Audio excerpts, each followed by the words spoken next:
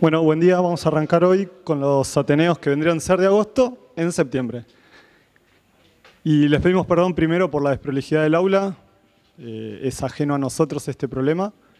Tratamos de solucionarlo lo mejor posible. Bueno, va a ser hoy en 2 aulas con retransmisión.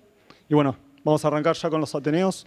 El primer ateneo va a ser del Hospital Italiano de La Plata, que ellos nos van a hablar del síndrome de Cushing inducido por un tumor secretor de ACTH.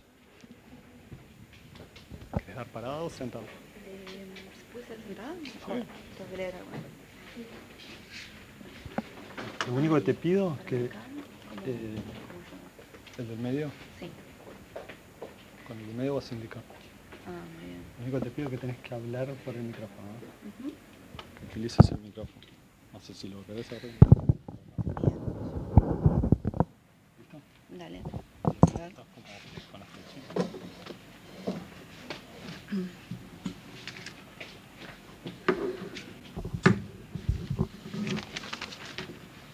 Hola. Bueno, buen día a todos. Mi nombre es Nadia Sanirato, soy residente de segundo año del Hospital Italiano de La Plata y hoy les voy a hablar un poquito sobre el síndrome de Cushing por tumor secretor de ACTH. Bueno, a modo de introducción, el síndrome de Cushing es un síndrome que se presenta por hipercortisolismo, es decir, un aumento de cortisol en sangre. En cuanto al nombre de la enfermedad, podemos diferenciar entre síndrome y enfermedad de Cushing. Si bien yo me voy a referir a las generalidades del síndrome de cualquier etiología, decimos que es enfermedad de Cushing cuando es etiología hipofisaria. Y es un trastorno endocrinológico raro que no se da mucho en los hospitales y nosotros tuvimos la oportunidad de poder detectar un caso en nuestro hospital. Bien, para saber cómo se sintetiza el cortisol en el organismo, debemos referirnos al eje hipotálamo-hipófisis-adrenal. Todo comienza cuando distintas señales como el estrés o la hipoglucemia severa llegan al hipotálamo. El hipotálamo sintetiza el factor estimulante de corticotropina, que llega a la hipófisis anterior, donde estimula la síntesis de ACTH, que es una hormona corticotrópica que viaja a través de la circulación para estimular en la corteza suprarrenal la producción de cortisol. Muy bien, entonces en el hipotálamo tenemos síntesis de CRH, es la hormona liberadora de corticotropina. Es una hormona polipeptídica y neurotransmisor de respuesta al estrés. Es sintetizada en el hipotálamo, como dije, y llega a la hipófisis por el sistema portohipofisario. Actúa sobre las células corticotrópicas que liberan ACTH en la hipófisis anterior. Entonces, a modo esquemático, recibimos distintas señales en el hipotálamo que activa las células neurosecretoras. Se libera CRH que viaja por el sistema portohipofisario hasta la hipófisis anterior, donde actúa sobre las células corticotrópicas que sintetizan un factor, un polipéptido precursor, es decir, que debido a un procesamiento posttraduccional sufre cortes en distintos puntos y puede dar distintos productos con distintas funciones biológicas. Entre los péptidos principales que se producen de este precursor podemos nombrar a la ACTH, que es la hormona que nos interesa, la beta-lipoproteína y en el extremo amino terminal podemos nombrar a la hormona estimulante de melanocitos, que cuando se sintetiza en exceso genera una coloración rojiza en la piel. Muy bien, entonces ahora vamos a tener síntesis de ACTH, que es una hormona peptídica de secreción pulsátil y ritmo circadiano característico. Se sintetiza en la hipófisis anterior, como dije, y llega a la corteza adrenal por circulación. Lo que va a hacer es aumentar la expresión de una proteína encargada en la regulación de la esteroidogénesis para síntesis del cortisol. Este es el ritmo circadiano de la ACTH, que va de la mano con el ritmo circadiano del cortisol, donde vemos que hay un pico alrededor de las 8 de la mañana y un valle característico alrededor de las 23 horas. Bueno, este esquema es a modo gráfico nomás. Lo que hace la ACTH es estimular la secreción de la proteína STAR, que es la encargada de regular la entrada del colesterol a la mitocondria para dar comienzo a todos los pasos de la esteroideogénesis para síntesis del cortisol. Bueno, finalmente la hormona que nos interesa en nuestro síndrome es el cortisol, es una hormona esteroide que deriva del colesterol, es sintetizada en la zona fascicular de la corteza adrenal. Para esto debemos referirnos a las glándulas adrenales, que son glándulas pequeñas de alrededor de 6 gramos de peso, están ubicadas sobre los riñones, inmersas en tejido graso. Y el cortisol se libera como respuesta al estrés y a la disminución de glucocorticoides en sangre. Acá vemos la estructura de las glándulas adrenales. Desde el exterior hacia el interior están compuestas por una cápsula de tejido conectivo, una parte llamada corteza, que es alrededor del 90% de la glándula y se divide en 3 zonas. La zona más externa es la glomerulosa, es encargada de sintetizar los mineralocorticoides, como la aldosterona, que está encargada de regular el metabolismo de sodio y potasio extracelular, entre otras funciones. Luego, hacia el interior, tenemos la zona fascicular, donde se sintetiza el cortisol, que es la hormona que nos interesa.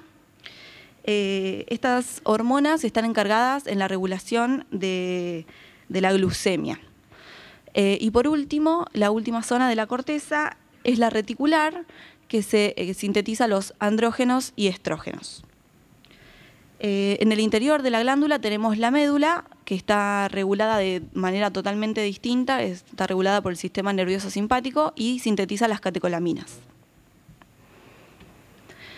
Muy bien, entonces, una vez que tenemos la ACTH que llega por circulación a las células de la corteza adrenal, se une a su receptor de membrana, que es un receptor acoplado a proteína G, y mediante el cambio conformacional y toda la cascada de señalización, lo que va a hacer es activar la síntesis de la proteína STAR, que junto a un transportador es encargada de ingresar el colesterol a la mitocondria, para luego, a través de la citocromo P450, pase a pregnenolona y entre en una serie de reacciones reguladas por muchas enzimas para sintetizar el cortisol y todas las hormonas adrenales. Muy bien, los efectos del cortisol en el organismo son muchos, pero a grandes rasgos lo que hace es mantener los niveles de glucosa en sangre como respuesta al estrés. En cuanto a la insulina, lo que hace es contrarrestar su función para aumentar los niveles de glucosa en sangre, como dije, aumenta la gluconeogénesis hepática e inhibe la utilización de glucosa por los tejidos periféricos. En el músculo, disminuye la captación de proteínas y aumenta la proteólisis. Aumenta la cantidad de aminoácidos en sangre que luego van a ser convertidos en glucosa por el hígado. En el tejido adiposo moviliza los ácidos grasos y aumenta los niveles de ácido graso en sangre. Esto lo que hace es aumentar la obesidad central y generar acumulación de los ácidos grasos en zonas donde generalmente no se acumulan. En cuanto al hueso, disminuye la absorción de calcio en riñón e intestino y disminuye la formación del hueso, por lo tanto genera osteoporosis. Y con respecto al sistema inmune, disminuye la producción de linfocitos T, disminuyendo la eficacia total del mismo sistema inmune, lo que hace que las personas que sufren hipercortisolismo tengan mayor predisposición a infecciones. En cuanto al mecanismo antiinflamatorio, disminuye también la formación de prostaglandinas y leucotrienos, y así no se da la señalización del proceso inflamatorio, teniendo así un proceso antiinflamatorio global. Muy bien, eso en cuanto a la introducción. Ahora, para entrar en el propio síndrome, sabemos que se presenta como el resultado de la exposición a altas concentraciones de cortisol plasmático sostenidas en el tiempo. Puede ser de origen endógeno, por aumento de cortisol dentro del organismo, o de origen exógeno, por un consumo externo de cortisol o algún corticoide similar. Los signos y síntomas son muy variados y dependen de cada paciente.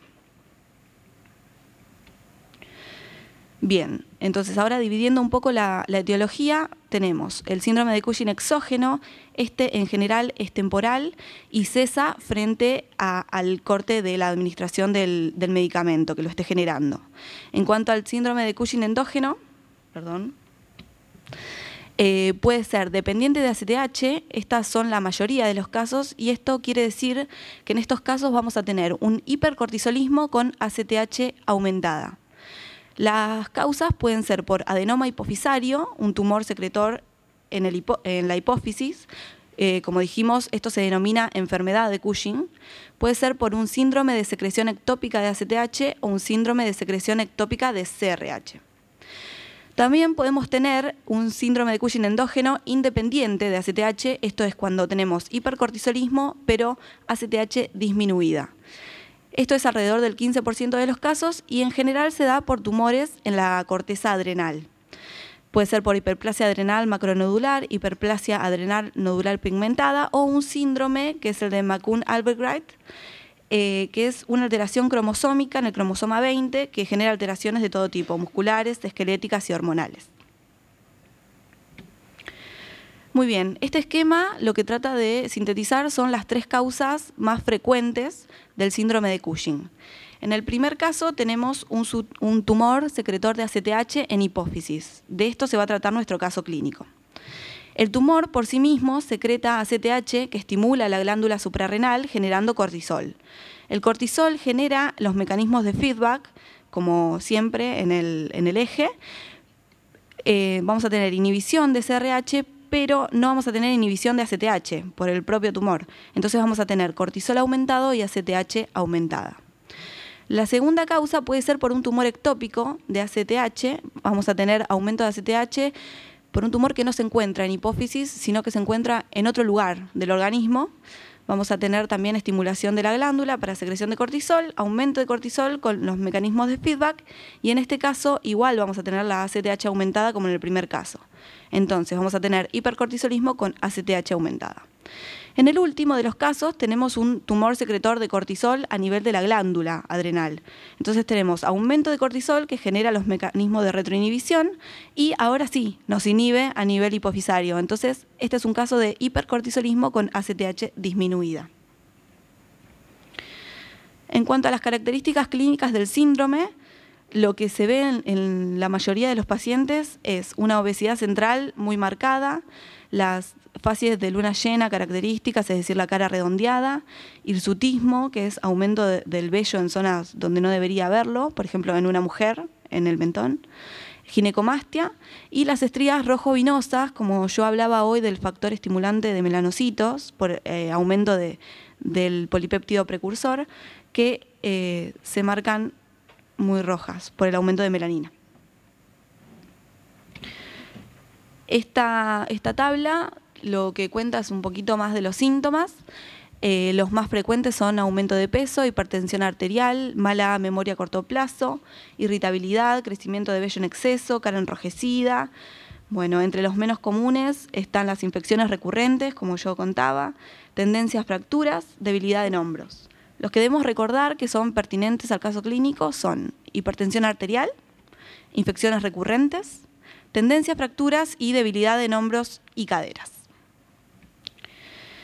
Bueno, con respecto a un poco de la historia de la enfermedad, fue descrita por primera vez en el año 1932 por Harvey W. Cushing, que fue un neurocirujano muy reconocido norteamericano. Cushing fue quien descubrió el adenoma basófilo de hipófisis, que es un tumor secretor de ACTH, que genera la enfermedad que lleva su nombre.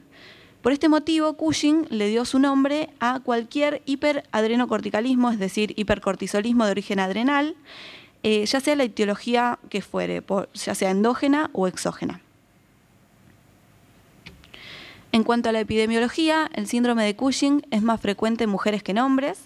Las mujeres de 25 a 45 años tienen hasta 10 veces más riesgo de sufrir un tumor o hiperplasia de hipófisis y hasta 5 veces más riesgo de sufrir tumores adrenales que los hombres. La edad promedio de diagnóstico es de 50 años y la incidencia en Latinoamérica es de 1 a 3 casos por millón de habitantes. Esto es una enfermedad muy rara. Estos son datos del 2011. Y se sabe que en pacientes diabéticos y obesos que ya tienen un factor de riesgo, la incidencia es mayor. Muy bien, pasamos al diagnóstico. Entonces, el diagnóstico se basa en 4 pilares fundamentales, que son las características del eje hipotálamo-hipófiso adrenal, la tasa normal de secreción de cortisol, el ritmo circadiano y el mantenimiento de los mecanismos de feedback. En primer lugar, lo que se hace es un screening para determinar si hay un hipercortisolismo en el paciente. Las pruebas que podemos usar son las siguientes. Cortisol libre urinario, o CLU, en orina de 24 horas. Esto es una valoración de la concentración plasmática del mismo cortisol. Hay muy buena correlación y midiendo orina es un buen indicador. Sabemos que un valor 3 veces superior al límite de corte para cada laboratorio ya es diagnóstico de una hiperproducción de cortisol suprarrenal. Otra prueba que podemos usar es la supresión nocturna con 1 miligramo de dexametasona, que es un fármaco análogo al cortisol. Este es el test de Nugent y se realiza de manera que se administra 1 miligramo de dexametasona a las 23 horas con una posterior extracción de sangre a las 8 horas de la mañana para medir cortisol plasmático. El cortisol plasmático a las 8 horas debe ser menor a 1,8, ya que estamos generando una supresión del eje y los pacientes normales disminuyen la concentración de cortisol. En los pacientes con Cushing esto está claramente aumentado. Y también lo que podemos medir es el cortisol salival nocturno a las 0 horas. Esta muestra es de muy fácil obtención porque el paciente debe enjuagarse la boca con solución fisiológica y escupir en un vasito que se remite a la mañana al laboratorio. Esto es un marcador del ritmo circadiano y el valor normal debe ser entre 0,13 y 0,41 microgramos decilitro. En los Cushing esto está aumentado claramente. Lo que se hace posteriormente es la evaluación de la dependencia de ACTH para ya ir discriminando etiologías. Si bien el médico cuando pide el análisis pide todo junto, pide el cortisol con ACTH, es la manera de ir evaluando. Entonces, si nosotros medimos una ACTH mayor a 20 picogramos mililitro, sabemos que hay dependencia de ACTH y el probable origen sea ectópico o hipofisario. Si la ACTH es menor a 10 picogramos mililitro, no hay dependencia de ACTH, es decir, tenemos un hipercortisolismo con ACTH disminuida. El origen generalmente es adrenal. Pero si cae en un valor intermedio, entre 10 y 20 picogramos mililitro, debemos hacer la estimulación del eje con CRH. En este caso, discriminamos de la siguiente manera. Si ACTH aumenta, hay dependencia y el origen es ectópico o hipofisario. Si ACTH no modifica, no hay dependencia y el origen es adrenal. Entonces, una vez que sabemos que tenemos ACTH aumentada, por ejemplo, lo que tenemos que hacer es diferenciar entre el origen ectópico o hipofisario. Esto lo hacemos mediante distintas pruebas dinámicas, por ejemplo, con la supresión a dosis altas de dexametasona. Esta dosis es alrededor de 8 miligramos y lo que genera es una supresión muy fuerte en la hipófisis. Entonces vamos a saber que si con esta prueba ACTH disminuye, hay supresión y el origen es hipofisario. Si por el contrario ACTH no disminuye, el origen va a ser ectópico.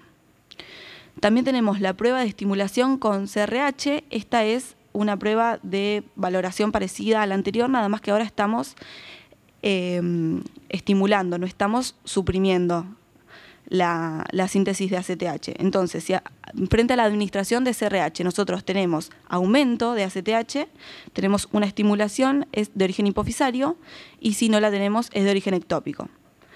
Otra prueba que podemos hacer es de la desmopresina. Esto es anecdótico nomás, me pareció interesante porque la desmopresina es un fármaco de origen sintético parecida a la vasopresina o hormona antidiurética, que se ha visto que en los adenomas hipofisarios hay receptores que se llaman B3 para este fármaco.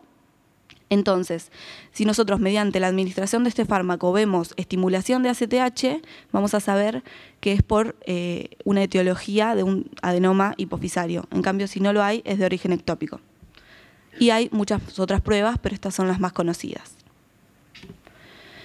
Entonces, finalmente, para llegar al diagnóstico de certeza, nosotros partimos de una sospecha diagnóstica y realizamos las pruebas que vine contando hasta recién.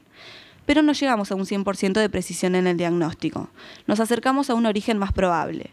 El estudio confirmatorio es mediante técnicas de imágenes como la tomografía computada o la resonancia magnética nuclear. Muy bien, este cuadrito sintetiza un poco todo lo que acabo de decir. Entonces, nosotros partimos de una sospecha clínica del síndrome de Cushing. Debemos hacer al menos 2 de estas 3 pruebas iniciales que describí, el cortisol libre urinario, el test de Nugget de dosis bajas de dexametasona y el cortisol salival. Si todas estas son negativas, descartamos el síndrome. Si al menos 2 de estas son positivas, sabemos que estamos frente a un posible síndrome de Cushing y pasamos a medir ACTH. Si la ACTH es baja, sabemos que estamos en una etiología ACTH independiente y puede ser tumores suprarrenales, hiperplasia adrenal o distintas etiologías. Y si la ACTH es elevada, pasamos de este lado donde debemos hacer la prueba con altas dosis de dexametasona para discriminar entre etiología ectópica o etiología hipofisaria. Si con altas dosis de dexametasona no suprime, pasamos a una secreción ectópica de ACTH y tenemos una cantidad terrible de tumores, por ejemplo el tumor de células pequeñas de pulmón, un feocromocitoma, hay muchas etiologías. En cambio, si con altas dosis de dexametasona suprime, sabemos que estamos en una etiología hipofisaria y lo que se realiza es una resonancia magnética nuclear con scan dinámico para evidenciar el tumor en la hipófisis. Si vemos la imagen, estamos frente al diagnóstico de certeza de la enfermedad de Cushing. En cambio, si no vemos la imagen, todavía queda una prueba más que se puede hacer, que es el gold estándar, es el cateterismo de senos petrosos inferiores, y si es positivo ya se diagnostica la enfermedad de Cushing. Lo que nosotros hacemos en el hospital, contamos con un equipo, un Architect I1000. La técnica es un inmunoanálisis quimioluminiscente de micropartículas y los analitos que medimos pertinentes al caso clínico que voy a contar más adelante son ACTH, cortisol, TSH, T4 libre, T4 total, vitamina D, entre otros. Las muestras que podemos utilizar son suero, plasma con heptaoheparina y orina. A grandes rasgos, la técnica es una reacción en 2 fases, donde tenemos un reactivo que cuenta con micropartículas paramagnéticas recubiertas con anticuerpos específicos para el antígeno que queremos dosar en el suero del paciente, y vamos a tener anticuerpos conjugados con un marcador quimioluminiscente, en nuestro caso es el acridiño. El acridiño, mediante el agregado de una solución ácida, pasa a su forma N-metilcridona, que luego al oxidarse genera un fotón que es captado por el electrodo. El equipo nos devuelve una curva dosis-respuesta y podemos determinar la concentración del analito a medir. Bueno, algunas palabras del tratamiento del síndrome. Los objetivos principales son restaurar la secreción normal de cortisol, erradicar cualquier tumor que amenace la vida del paciente, evitar dependencia permanente a cualquier medicamento, evitar la deficiencia hormonal permanente. En la mayoría de los casos que son de origen tumoral, el tratamiento se genera a partir de la extirpación quirúrgica del tumor. Y el tratamiento médico, a través de la administración de fármacos, nunca es curativo. Hay distintos agentes inhibidores de la secreción de ACTH, como el ácido valproico, o agentes inhibidores de la secreción de cortisol, pero no son 100% eficaces. Entonces, cuando nosotros estamos enfrente de una enfermedad de Cushing, lo que se hace es la cirugía transesfenoidal. El 80% cura y el 20% que no cura va a radioterapia hipofisaria. La gran mayoría cura, pero los que no remiten van a tratamiento médico que puede controlar o no. Cuando el tratamiento médico no controla, se va a una suprarrenalectomía bilateral, que es la extirpación de las 2 glándulas adrenales, y quedan con tratamiento médico de por vida para la sustitución de las hormonas. Bueno, finalmente llegamos al caso clínico.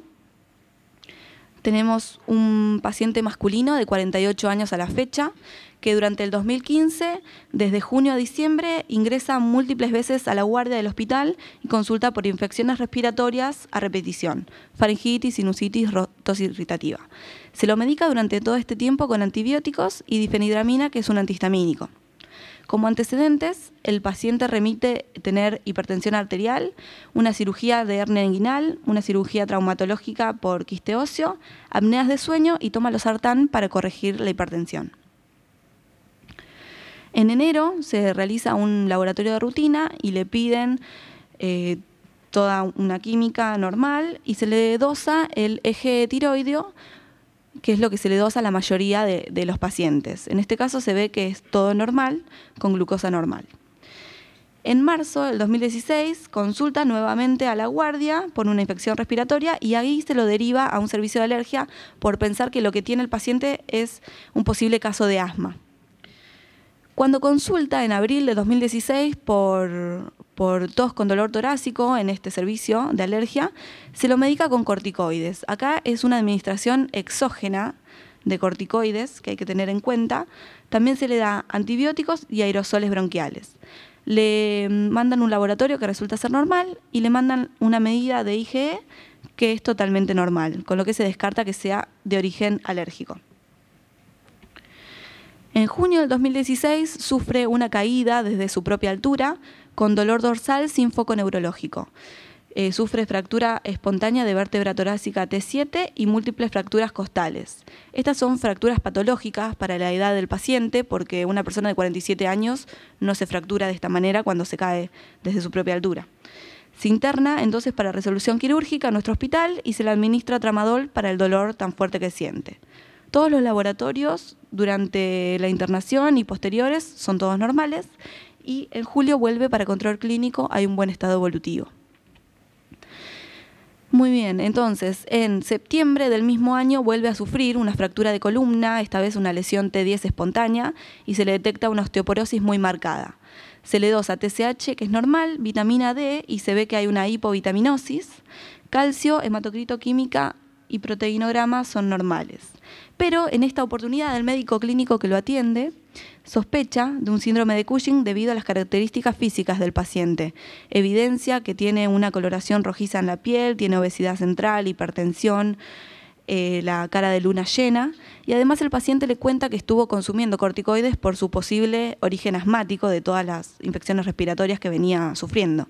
Entonces el médico acá lo deriva a una interconsulta con el servicio de endocrinología. En noviembre del 2016, en endocrinología le mandan todo el perfil adrenal y se comprueba que tenemos un cortisol plasmático a las 8 horas aumentado, cortisol libre urinario claramente aumentado, cortisol salival aumentado. Esto es un hipercortisolismo con ACTH aumentada, ACTH dependiente. Para confirmar el diagnóstico de un posible síndrome de Cushing, la médica le manda una resonancia magnética nuclear de encéfalo con magnificación en la región celular con contraste para evidenciar el tumor hipofisario y lo que le solicita es la prueba de inhibición con bajas dosis de dexametasona que nos da aumentado. Con esto ya diagnostica, mediante la observación del tumor hipofisario, un síndrome de Cushing hipofisario o enfermedad de Cushing. En abril del presente año se interna en nuestro hospital para extirpación de adenoma hipofisario secretor de ACTH. La cirugía es exitosa y todos los laboratorios de control en esa oportunidad dan todos normales. El paciente en mayo de 2017 comienza el tratamiento de soporte para la osteoporosis con ácido zoledrónico y se le vuelven a dosar las hormonas que vemos que normalizan. Cortisol plasmático 1 está un poco disminuido, ACTH normal y TSH T4 libre, vitamina D vemos que aumenta un poquito con calcio normal. En agosto fue la última vez que vino por consultorio externo y tiene un buen estado evolutivo. Entonces, esta tablita es para aclarar un poquito las cosas. En la precirugía vemos que tenemos un hipercortisolismo, como ya expliqué antes, con dependencia de ACTH aumentada, y hipovitaminosis de vitamina D, calcio iónico, TSH, T4 libre. Postcirugía vemos cómo normaliza la ACTH, es decir, que el tratamiento fue exitoso, y el cortisol plasmático también disminuye. En cuanto a las características clínicas, precirugía teníamos infecciones respiratorias a repetición, osteoporosis, hipertensión arterial, colesterol elevado, fascia en luna llena, obesidad central, cara y estrías enrojecidas e hirsutismo. En cambio, post-cirugía tenemos control de todos estos parámetros, control de las infecciones respiratorias y la osteoporosis por el tratamiento, control del peso del paciente, no remite tener hipertensión arterial y el colesterol es normal. Bueno, para ir finalizando, mientras preparaba el Ateneo, me encontré con este review que fue hecho en el 2008 por investigadores de México, que lo que hicieron fue medir, en realidad lo que detectaron fue que en el 10% de la población sana que se realizan diagnósticos por imagen como una resonancia magnética nuclear, se ve que aparecen imágenes en la hipófisis. Y esto ellos lo llaman el incidentaloma hipofisario, es el hallazgo de adenomas en personas sanas, que lo que le trae es un gran problema al médico, porque hay personas que no presentan ni signos ni síntomas y están en el dilema de tratarlos o no frente a estos hallazgos. Me pareció interesante nombrar que no son tan raros los adenomas hipofisarios, sino que se presentan en el 10% de la población sana, es un número bastante importante. Muy bien, para finalizar, las conclusiones del trabajo son las siguientes. El síndrome de Cushing es una enfermedad endocrinológica rara que se da con mayor frecuencia en mujeres que en hombres, como la mayoría de los trastornos endocrinológicos. Las características clínicas de la enfermedad se deben exclusivamente al aumento de cortisol en sangre y por consiguiente a la exacerbación de sus funciones en el organismo. El diagnóstico es fácil, se basa casi en su mayoría en pruebas simples de laboratorio que podemos realizar la mayoría y se realizan de manera ambulatoria. El tratamiento, cuando se trata de la extirpación quirúrgica del tumor, es ampliamente efectivo y curativo. Esta es la bibliografía consultada. Y agradecimientos a mis compañeros de residencia y toda la gente del hospital por escucharme varias veces. Doctora Natalia Giliberti, que es una bioquímica del sector de endocrinología, y la doctora Masi María José, médica endocrinóloga que trató al paciente. Gracias por su atención.